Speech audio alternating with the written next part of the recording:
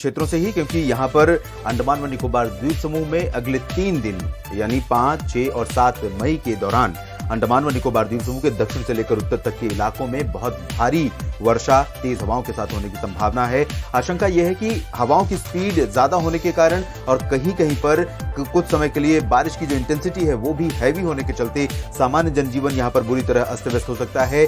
और समुद्री क्षेत्र, क्योंकि आइलैंड रीजन है, सारे क्षेत्र जो है द्वीपीय क्षेत्र हैं और बहुत लंबे द्वीप नहीं, बहुत बड़े द्वीप नहीं है, तो ऐसे में जो कोस्टल पार्ट्स हैं, कोस्टल एरियाज हैं, वहां पर सामान्य जनजीवन व्यापक रूप में प्रभावित हो सकता है। ऊंची लहरें उठ सकती हैं और साथ ही यहाँ पर समुद्री जो गतिविधियां हैं वो इस समय टालने या उनसे बचने की एडवाइजरी होनी चाहिए और लोगों को इस समय समुद्र की जो गतिविधियां होती हैं उनसे दूर रहने की आवश्यकता है। दक्षिण भारत के बाकी हिस्सों में भी गतिविधियां बढ़ रही हैं। प्री मानसून वर्षा इस समय साउथ पेनिनसुलर रीजन पर काफी तेज हो रही है और खासतौर पर केरल में पहले से ही जारी है। साउथ कोस्टल और साउथ इंटीरियर कर्नाटक में भी पहले से बारिश जारी है। अब अनुमान यह है कि तमिलनाडु में भी कई जगहों पर आपको 5 मई को बारिश देखने को मिलेगी।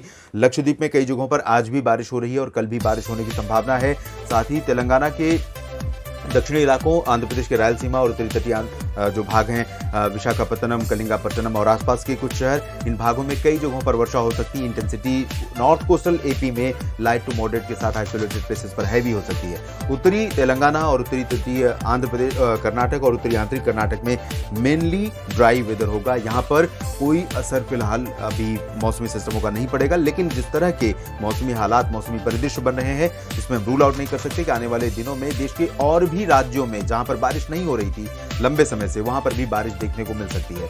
सेंट्रल इंडिया की तरफ देखते हैं। ओडिशा में काफी बारिश होने की संभावना है। South interior parts, coastal parts और नॉर्थ इंटीरियर पार्ट्स में कई जगहों पर भारी वर्षा हो सकती है।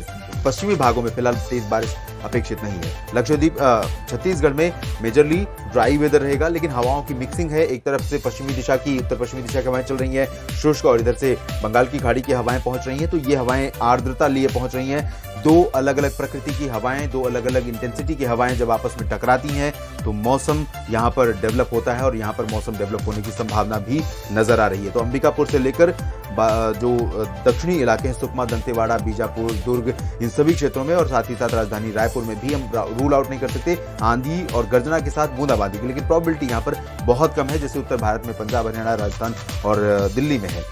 इधर मध्य प्रदेश और महाराष्ट्र में सभी जगहों पर मुख्यतः शुष्क मौसम रहेगा। हालांकि चंद्रपुर में थोड़े बहुत बादल आ सकते हैं, नांदेड़ में बादल आ सकते हैं, इधर सांगली, सतारा, कोल्हापुर में बादल आ सकते हैं और बादलों की संभावना यहाँ रत्नागिरी से लेकर सिंधुदुर्ग के बीच में भी रहेगी। गोवा में भी कुछ स्थानों पर बादल आएंगे और गर्जना के साथ आइसोलेटेड प्लेसेस पर लाइट रेन हो सकती है। उत्तरी और पश्चिमी विदर्भ, उत्तरी मराठवाड़ा, उत्तरी कोंकण, गोवा और मध्य महाराष्ट्र, इन भागों में ड्राई वेदर रहेगा।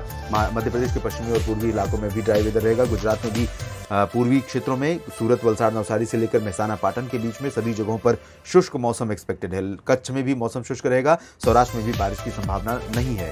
पूर्वी भारत की तरफ देखें तो यहाँ पर झारखंड और गंगेय पश्चिम बंगाल तथा बिहार में कई जगहों पर भारी वर्षा हो सकती है। इसमें कोलकाता, रांची, जमशेदपुर, गया, पटना, वैशाली, दरभंगा, भागलपुर, किशनगंज, सिवान, गोपालगंज के शहर शामिल हो सकते हैं। चंपारण में भी बारिश हो सकती है और मधुबनी में भी वर्षा होने की संभावना है और पूर्वोत्तर में तो बारिश एज यूजुअल जारी रहेगी। हालांकि अब निचले इलाकों में ज्यादा बारिश हो रही है अपेक्षाकृत असम और अरुणाचल के, तो मेघालय, नागालैंड, मणिपुर, मिजोरम, त्रिपुरा, NMMT में बारिश ज्यादा होगी। असम, मेघालय, असम, अरुणाचल की तुलना में सिक्किम, उप हिमालयी भागों में भी बारिश के आसार हैं। पूर्वी उत्तर प्रदेश में देखें तो वाराणसी से लेकर गोरखपुर के बीच में, बहराइच का जो ये रीजन है, प्रयागराज और लखनऊ के बीच का, इन भागों में सिचुएशन बारिश की रहेगी। मॉइस्चर आ रहा है, उम्मीद कर सकते हैं आंधी, बादलों की गर्जना के साथ हल्की वर्षा की। प्रयागराज से लेकर जो महोबा का रीजन है और बुंदेलखंड का क्षेत्र है, चित्रकूट, झांसी, फतेहपुर, कानपुर, इन भागों में शुष्क मौसम रहेगा। पश्चिमी उत्तर प्रदेश में ड्राई वेदर एक्सपेक्टेड है, लेकिन जो तराई वाले रीजन है इन भागों में कहीं पर वर्षा हो सकती है। राजस्थान, पंजाब, हरियाणा, दिल्ली में ड्राई वेदर लग रहा है, लेकिन मॉइस्चर रहेगा, तो रूल आउट नहीं कर सकते हैं। एक दो जगहों पर अचानक बादल बन जाएं और बारिश हो जाए आंधी के साथ। पूर्व उत्तर भारत के जो पर्वतीय क्षेत्र हैं, गिलगित, बाल्टिस्तान, मुजफ्फराबाद, लद्दाख से लेकर उत्तराखंड, हिमाचल और जम्मू कश्मीर, तो इन भागों में वर्षा कुछ स्थानों पर हल्की से मध्यम हो सकती है। देश भर के मौसम पूर्वानुमान के इस बुलेटिन में फिलहाल इतना ही। आप बने रहिएगा मौसम तक चैनल के साथ। साइक्लोन के बारे में आपको अपडेट करूंगा और साथ ही साथ मानसून कब दस्तक देगा अंडमान व निकोबार द्वीप समूह पर और केरल में कब संभावना है और साथ ही कितनी संभावना बारिश की है मानसून में, इसके बारे में भी अपडेट करूंगा। धन्यवाद।